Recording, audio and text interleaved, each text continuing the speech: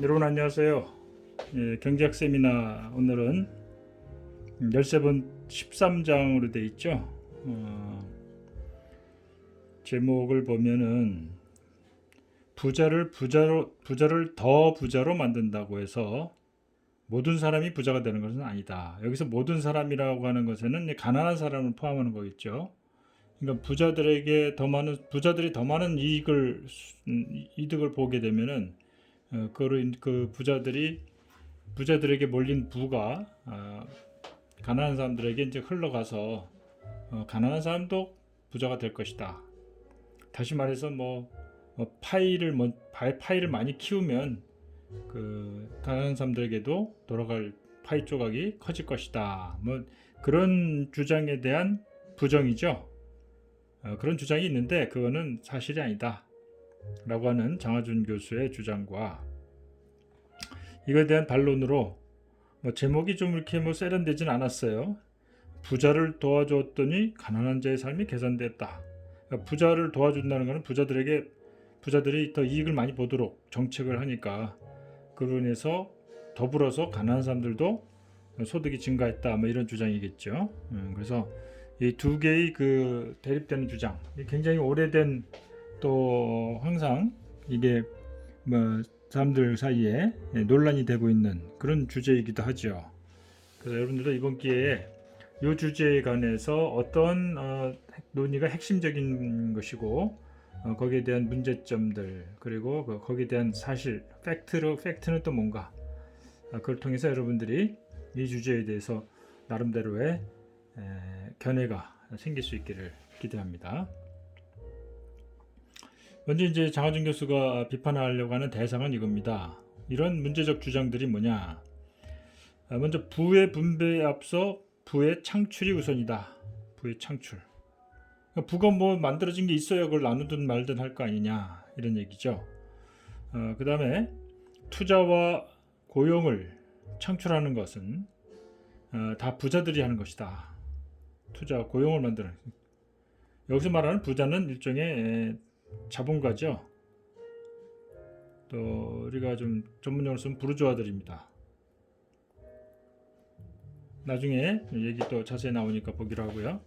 그러니까 투자 고용을 창출하는 것은 부자들이니까 또 이 사람들이 시장의 기회를 잘 포착하도록 그렇게 하도록 함으로써 더 부자가 되는 거니까 그렇게 하려면 이 부자들은 없어서는 안 될 존재다. 부자들을 인정하고 도와줘야 된다, 키워줘야 된다 이런 얘기죠. 그런데 이런 부자들에게 높은 세금을 부과하는 그런 것은 포퓰리즘이다.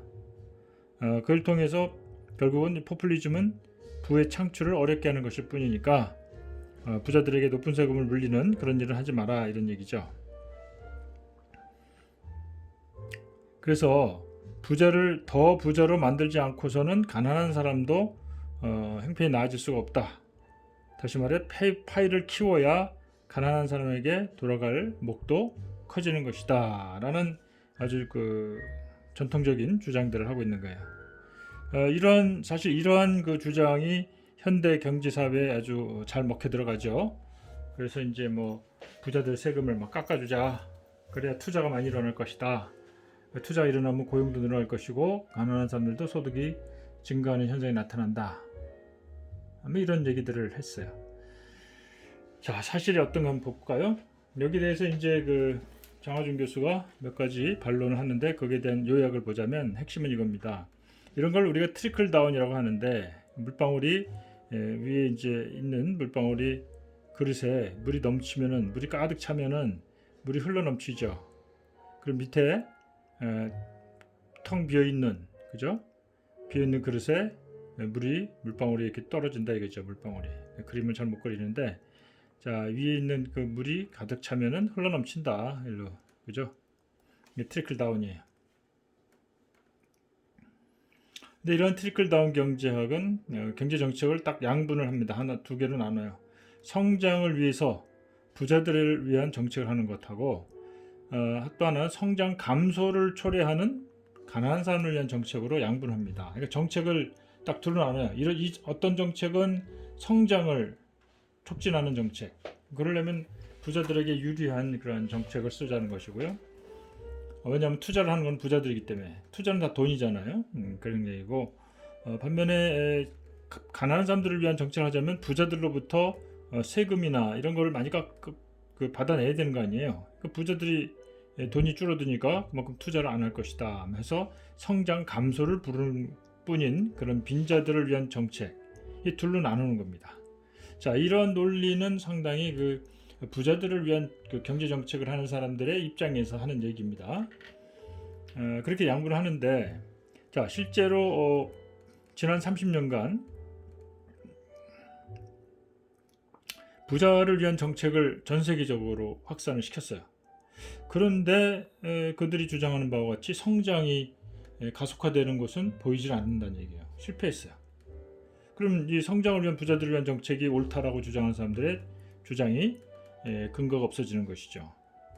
그래서 부자에게 더 큰 파이 조각을 주면 전체 파이가 커진다는 거, 이건 맞는 얘기가 아니다. 사실은 그렇지 않다. 위쪽에서 생성된 부가 아래로 흘러내려서 가난한 사람들에게 스며든다는 그런 티클다운 현상도 작동하지 않았다. 더욱이나 시장에만 맡겨둬서는 더욱더 그런 일은 발생하지 않을 것이다. 자, 부자로부터 가난한 사람에게 부가 흘러 들어간다는 게 트리클다운이고, 때문에 부자들을 키우도록 해서 투자가 이루어지도록 성장 촉진 정책을 써야 된다는 것이 자유시장 경제학자들의 논리예요. 자유시장 경제학자들은 뭐예요? 정부 간섭하지 말고 기업들이 열심히 알아서 하도록 내버려둬라, 이런 얘기입니다. 그래야 하면 기업들이 돈을 더 잘 벌 것이고 세금도 적게 받고 하면 그 돈으로 다 투자하는 것이다, 이런 얘기인데 현실은 그렇지 않다는 얘기죠. 그렇다고 해서 그렇게 해봤더니 신자유주의가 바로 그 대표적인 얘기죠. 성장 가속화에 실패했다. 심지어는 2008년 세계 금융위기를 초래해가지고 전 세계가 완전히 폭망했죠. 그러면서 이제 진지한 반성이 이루어지고 있는 겁니다. 자, 이러한 자유시장 경제학자들의 주장의 어떤 뿌리를 보려면요, 19세기 자유주의자들로 거슬러 갈 필요가 있어요. 19세기 자유주의자들은 어떤 사상을 갖고 있었냐면, 사상이라고 하는 것보다도 어떤 생각을 갖고 있었냐면은, 타고난 신분에 의해서 계급을 구분하던 공권주의에 반대해서 나타난 사람들이 바로 부르주아들이에요. 일종의 자본가 계급이라고 할 수 있죠. 이런 봉건주의는 뭡니까? 영주, 귀족, 그리고 평민, 농노, 이런 식으로 신분을 구분해서 태어나면서부터 신분이 고정이 돼버리는, 그게 봉건주의 아닙니까? 우리나라도 양반, 상놈, 노비 이런 식으로 해두셔 계급으로 나누듯이 말이죠. 이런 것에 반대해서 19세기 자유주의자들은 인간은 출생 신분이 아니라 본인이 뭘 성취했는가에 따라서 보상을 받아야 된다, 이런 주장을 해요. 능력에 따라서 보상을 받아라, 신분에 따라서 보상받는 것이 아니라. 그렇죠? 이러한 19세기 자유주의자들은 또 민주주의에도 반대 입장을 가지고 있어요. 민주주의도 자유주의라고 해서 다 민주주의 찬성하는 건 아니죠. 왜냐하면은 가난한 사람들에게까지 투표권을 준다면 그거는 자본주의를 파괴한다 이거예요. 왜 그러냐? 가난한 사람들에게 투표권을 주면은 가난한 사람들을 위한 포퓰리즘이 득세를 할 것이고, 그러면 세금을 크게 올릴 것이다, 그죠? 그러면은 부자들이 투자를 감소하게 되고 결국 시장이 축소하게 되고요, 자본주의가 붕괴하게 된다, 이런 논리죠. 뿐만 아니라 여성들은 말이죠, 이 19세기 자유주의자들의 여성관을 보면 지적인 능력이 모자란다. 따라서 투표권은 아예 그냥 생각도 안 했던 것이죠. 지금 생각하면 정말 이해할 수 없는 그런 사고방식이지만 19세기만 하더라도 자유주의자들은 이런 생각을 가지고 있었다고 해요. 이들의 생각을 보면 부의 축적과 경제 발전의 가장 중요한 수단은 금욕이다. 자기 욕심을 좀 자제하라 이런 얘기죠. 돈을 벌면 그것으로 욕망을 채우는데 소비하기보다는 그거를 아껴 써가지고 모아갖고 투자를 함으로써 부가 커진다 이거죠. 그래 파이가 커진다는 얘기예요. 그래서 부자들은 돈이 수익이 생겨도 그 돈 다 쓰지 않고 뭐 놔뒀다가 투자를 하니까 경제 발전에 도움이 되는 반면에 가난한 사람들은 금욕적인 생활을 할 인격이 안 돼서 다 써버리고 하니까는 살림이 좋아지지 못한다. 그래서 계속 가난한 것이다 라고 얘기를 합니다. 따라서 가난한 사람들에게 투표권을 주면 주변 부자에게서 세금을 거둘 수밖에 없잖아요.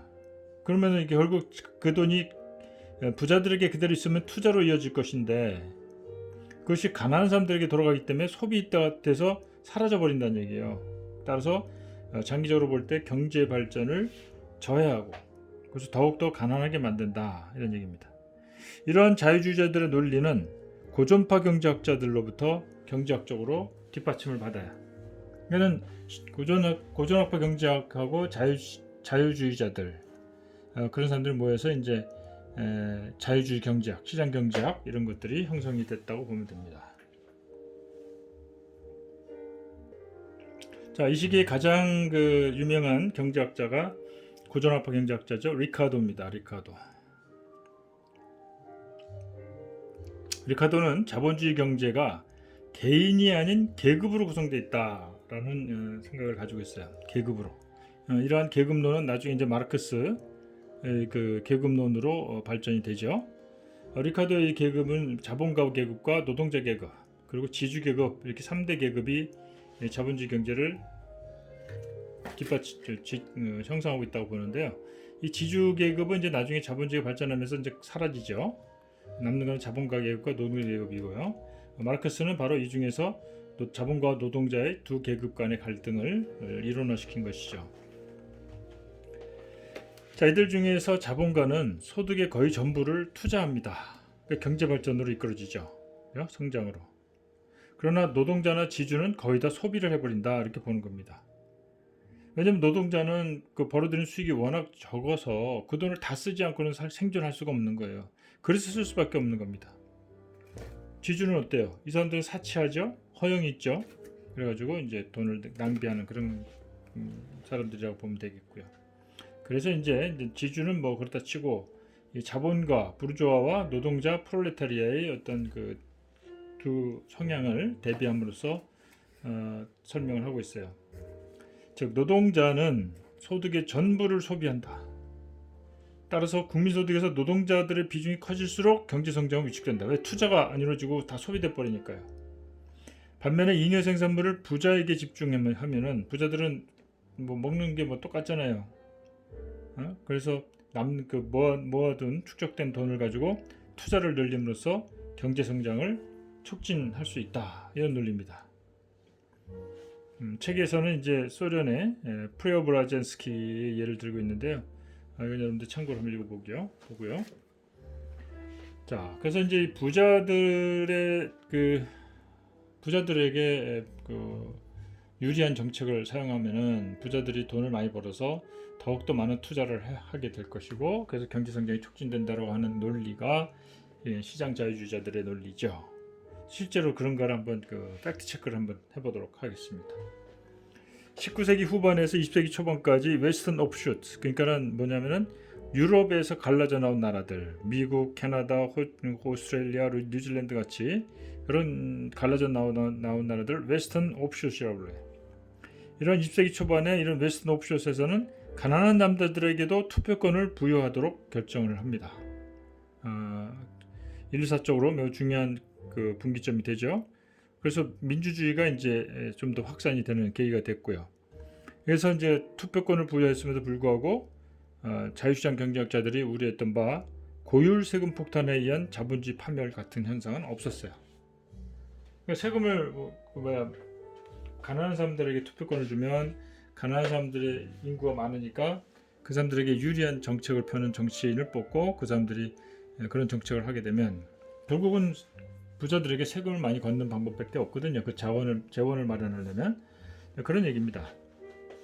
그래서 가난한 사람들에게도 투표권을 주면은 고율성 폭탄에 의해서 자본주의가 파멸한다라고 했는데 실제로는 그런 일 없었죠. 그리고 2차 대전 이후에 대다수 부유한 자본주의 국가들에게서 누진세제가 확산이 됩니다. 그리고 사회복지 지출이 증가했습니다. 그럼에도 불구하고 그죠? 이때 누진세 증가하고 사회복지 지출이 증가했다는 것은 가난한 사람들을 위한 정책이 확산됐다는 거예요. 그럼에도 불구하고 1950년에서 73년 사이에 즉 자본주의 황금기 동안에 그 이전에는 1 내지 1.5% 증가하던 것이 이 황금기에는 영국이 2 내지 3% 거의 2배죠.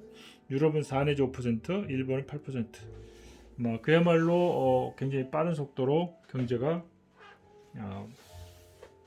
경제 성장이 촉진됐던 겁니다. 그러던 것이 70년대 말 이후에 성장률이 떨어지기 시작하니까 다시 자유시장론자들이 다시 고개를 쳐들면서 19세기 때서 어떤 낡은 논리를 적용합니다.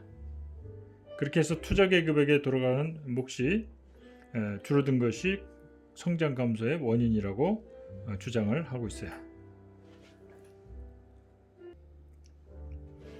자, 그래서 이제 그 신자유주의자들이 득세를 해서 1980년대 이후에는 부자들을 위한 정책이 굉장히 전 세계적으로 퍼져 있었습니다. 심지어는 영국의 노동당이죠. 토니 블레어라든지 미국의 민주당, 좀 진보 정부라고 할 수 있죠. 이런 민주당의 빌 클린턴 대통령조차도 이런 좌파 정부조차도 이런 부자들을 위한 소득 제공 정책을 지지했던 겁니다. 이게 이제 신자유주의 시대입니다. 마가렛 대처 영국의 그다음에 미국의 레이건 대통령 이런 사람들이 주축이 돼서 해갖고 그 뒤에 이제 블레어나 클린턴까지 이어받은 그런 정책들이 시행됐던 시기인데 이 시기에 이제 복지국가가 제동이 걸리고 대다수 선진국들이 가난한 사람들로부터 부자에게로 소득을 옮기는 정책을 시행해요. 그래서 이제 규제가 없어지죠. 금융업계는 그죠? 굉장히 천문학적인 돈이 돌아다니고요. 또 최고 경제들도 엄청난 연봉을 받는 시대가 된 겁니다. 요 시기에 이제 탈규제라고 하면 대표적인 것이 글래스 스티글법.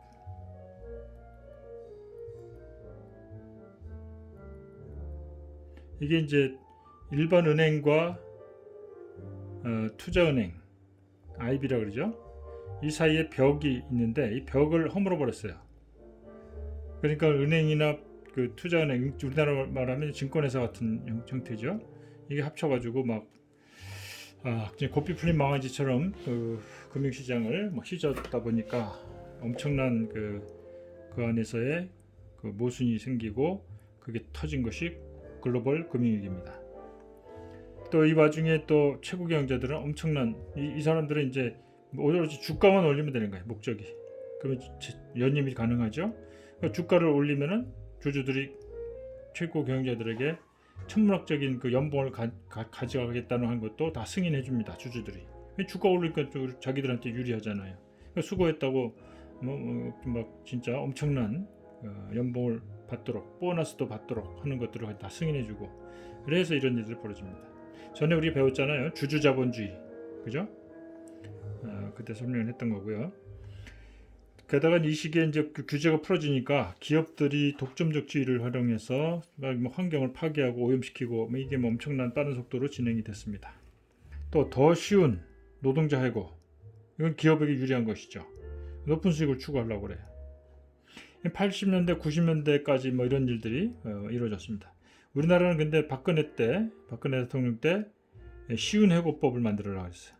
지금 노동3법 개정하려고 하는 게 그때 못했고 지금 국민의힘에서 또 그 노동3법 개정을 하려고 지금 하고 있는데요. 그게 뭐냐면 쉬운 해고를 하도록 법을 바꾸었다는 거예요.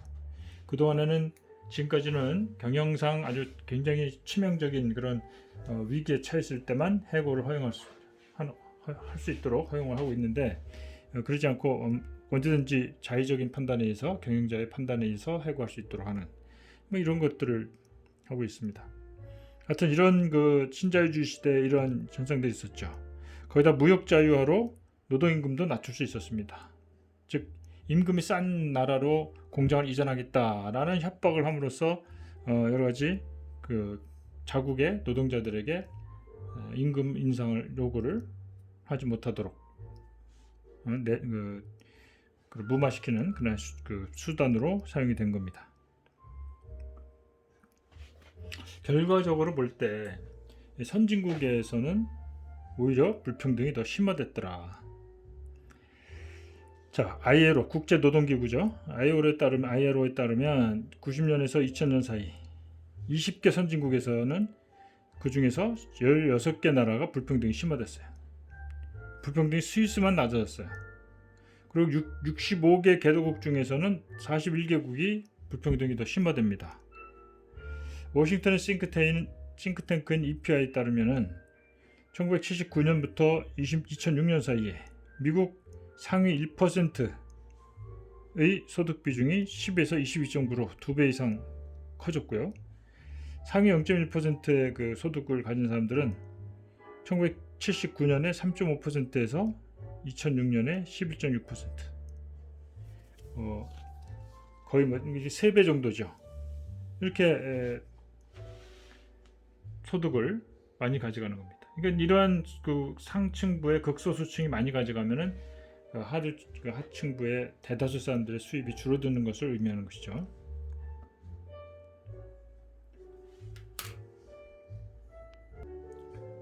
자, 다음에는 이제 트리클 다운 현상에 대한 그 팩트 체크인데요. 부자들에 대해서 그 유리한 그런 재분배 정책이 정당화되기 위해서는 부자들을 위해서 뭐 혜택을 주니까 그것이 결국 경제 성장을 촉진했다는 것이 나와야 그 타당성이 인정이 되지 않습니까? 그런데 이제 실제 데이터를 보면요. 세계은행에 따르면 1960년대, 70년대는 세계 평균 소득이 해마다 3% 이상 성장을 했어요. 그런데 신자유주의 시대라고 할 수 있었던 80년대로부터 2009년 사이에 세계 경제 성장은 1.4%에 그칩니다. 그러니 이 부자들을 위한 정책에 올인했던 이 시대엔 오히려 성장률이 떨어졌다는 것은 그런 것들의 정당성이 인정될 수 없다는 것이죠. 아무리 투자할 수 있는 사람들에게 돈을 몰아줘도요, 그 사람들이 투자에 나서지 않으면 아무 소용 없잖아요. 그죠? 그래서 결국 이 80년대 이후 시대에 전 세계적으로 소득 불평등이 심해졌음에도 불구하고 선진국 G7 국가라든지 대부분의 개도국에서도 GDP 대비 투자 비율이 감소한 것으로 나타나고 있습니다. 이 팩트 체크를 해보면 트리클 다운 현상이 사실이 아니다라는 것을 말할 수 있고요.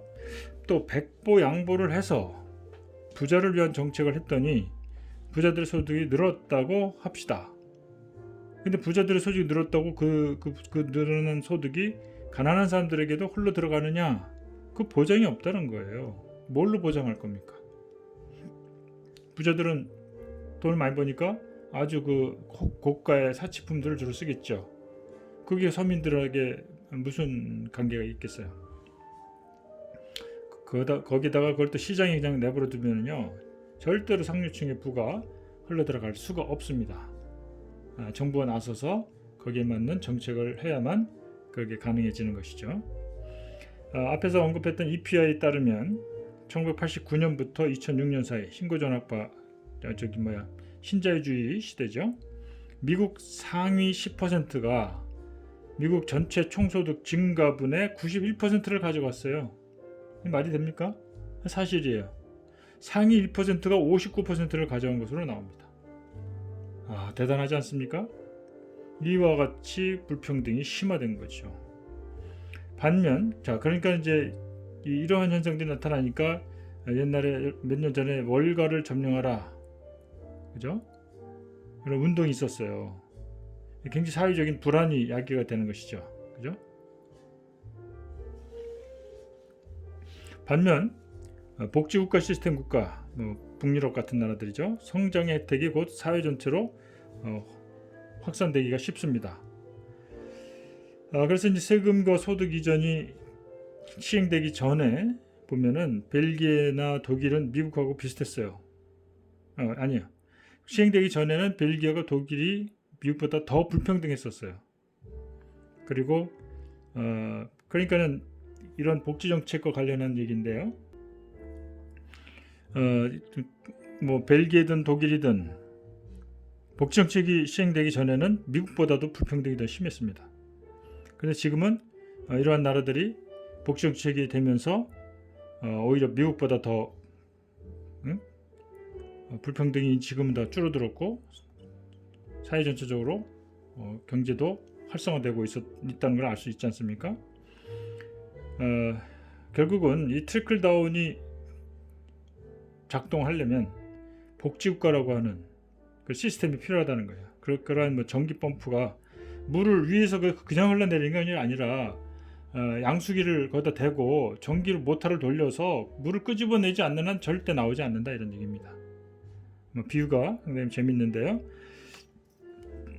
자, 그래서 이제 저절로는 흘러내리지 않으니까 복지 정책을 써서 복지 정책이라는 전기 펌프를 통해서 양수기 물을 밑으로 흘러내리도록 물을 퍼내리지 않는 한 절대로 내려가지 않는다 이겁니다.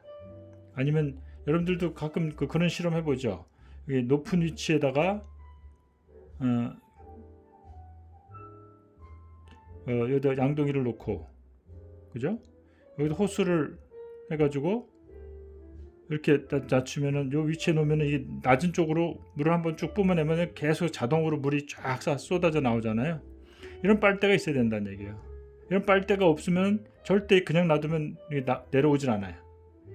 여기 전기 펌프는 전기를 통해서 이제 막 양수기로 물을 퍼내린다는 얘기인데요. 그렇게 의미를 이해하면 되겠습니다. 자, 그리고 소득 재분배와 경제정책 간의 관계를 좀 살펴보면 이렇습니다. 소득을 재분배했을 때 경제 성장에 얼마나 도움이 되는가를 볼 텐데요.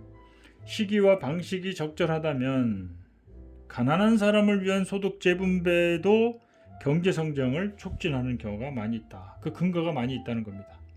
자유시장 경제학자들은 어때요?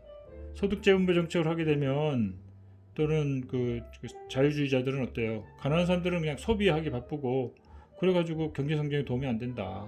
부자들에게 몰아줘라, 이런 얘기잖아요. 그런데 실제로는요, 그렇지 않다는 겁니다. 가난한 사람을 위해서 소득 재분배가 이루어지면은 이래요. 저소득층일수록 지출 성향이 높아요. 부자들은 예를 들어서 이미 부자들이 예를 들어서 수입이 예를 들어서 2억 정도 연봉을 받는다 칩시다. 이런 사람들에게 100만 원이 소득이 늘었어요. 그렇다고 100만 원 소비를 다 할까요? 안 그렇습니다. 그러나 소득이 150만 원인 사람에게 추가로 100만 원이 더해주면요, 이 사람들은 정말 그동안 못 쓰고 싶어도 못 썼던 그런 부분들, 이런 데다 이 돈을 다 쓰게 돼요. 그런 의미로 지출상이 높다는 겁니다. 그래서 같은 크기의 액수라도 부재를 위해서 감세하는 것의 효과보다는 저소득 가계 복지 지출을 늘려주면은 같은 금액이 이쪽에 더 가게 되더라도 부자에게 더 많이 감세를 하면 부자에게 더 소득이 증가하는 거잖아요. 가처분 소득이. 그런 경우보다도 저소득 가계에 그만큼의 소득이 증가시키는 복지 지출을 하게 되면은 경기 활성화 효과가 더 크다는 거예요. 저소득층의 소득 증가는 바로 소비로 이루어집니다. 소비로 이루어지면 그 소비가 어디로 갑니까? 결국 기업으로 가잖아요. 물건을 구매하는 거니까. 그럼 기업으로서는 이익이 늘어나니까 또 고용 늘리고 투자 늘리고 선순환이 이루어진다는 거예요. 게다가 임금이 최저 생계 수준 혹은 그 이하가 아니라면 그럼에도 불구하고 저축하는 것보다는 추가 소득을 오히려 자기들의 재개발, 교육, 건강 이런 게 투자함으로써 전반적으로 노동 생산성의 향상이 되고 그리고 경제 성장이 촉진될 수 있다는 겁니다. 또한 소득 분배가 잘 이루어져서 불평등이 좀 완화가 되면 파업이나 범죄가 줄어들죠. 사회적인 평화가 이루어지고 자, 평화롭고 안정된 그런 곳에 더 투자가 이루어지지 않습니까? 자, 지금 미국 사회가 왜 저렇게 그 파업이라기보다도 폭동도 자주 일어나고 온통 나라가 시끄럽고 불안할까요? 그동안 미국의 불평등이 워낙 심화됐다는 거예요. 80년대, 90년대, 2000년대 들어오면서 신자유주의 경제학이 지배하는 그 과정에서 아까 지금 설명했듯이 불평등이 심화됩니다. 아주 상위층에게 그 대부분의 그 부의 증가분이 다 쓸려 들어가고요. 대부분의 가난한 사람들은 옛날보다 더 가난한, 상대적으로 더 빈곤해지는 것은 물론이고요. 그 전보다 더 살기 힘들어지는 그런 상황에 놓이게 되는 거죠. 그러니까 저렇게 사회가 불안해지는 겁니다. 그러니 미국 사회에 투자가 제대로 이루어지고, 그렇죠? 외국 기업들이 거기 투자를 하겠습니까? 물론 미국이라는 특수한 상황 때문에 그런 일이 갑작스럽게 줄어들지는 않겠지만, 예를 들어서 다른 나라들은 어떨까요? 그런 일이 벌어지면은 돈 다 빼고 가버리겠죠. 우리나라에서 만약에 소득 불평등이 심화돼서 막 계속 폭동이 일어나고 막 이래 보세요. 우리나라에 남아있을 외국인이 있겠어요? 돈 싹 다 빼갑니다. 그럼 나라 망하는 거예요. 그걸 막기 위해서라도 소득 불평등을 완화시키고 사회적인 평화를 이루어 나가는 거, 이것이 결국은 경제 발전에 또 투자 촉진에 도움이 된다는 것이죠. 우리가 흔히 말하는 1950년에서 80, 70년대까지의 자본주의 황금기, 이 시기는 바로 이러한 메커니즘 덕분에 가능했다는 겁니다. 부자들을 위한 것도 부자들은 알아서 돈을 잘 벌지만 가난한 사람들에게 더 많은 혜택을 줌으로써 이런 경기 활성화가 촉진됐다는 것을 여러 가지 증거를 찾을 수 있고, 많은 경제학자들이 또 그렇게 믿고 있습니다. 그래서 결론적으로 말해서 단순하게 기존의 부자들을 더 부자로 만들어주는 정책을 아무리 본들 그것이 결과적으로 다른 사람들, 모든 사람들은 가난한 사람들이 포함이 되겠죠. 모든 사람들이 다 부유해지는 건 아니다. 부자들만 배가 불러지고 결국 그 혜택이 가난한 사람들에게 돌아가질 못한다. 이런 얘기를 하는 겁니다. 자, 이렇게 해서 이제 장하준 교수의 그 논리를 설명을 쭉 했고요. 그 다음에 이제 여기 장하준의 그 주장에 대한 반론으로 부자를 도와줬더니 가난한 자의 삶이 개선됐다. 그러니까 부자를 도와줘봐야, 부자 정책을 써봐야 경제 발전에 도움이 안 되고 불평등이 심화된다는 장하준의 주장에 대해 반론으로, 부자 도와주니까 꼭 결과적으로 가난한 사람들도 소득이 증가했다. 왜 그런 소리 하느냐 하면서 부자들을 위한 정책을 옹호하는 그런 논리를 펴고 있습니다. 자, 이 부분은 다음 시간에 이어서 하도록 할게요. 수고했습니다.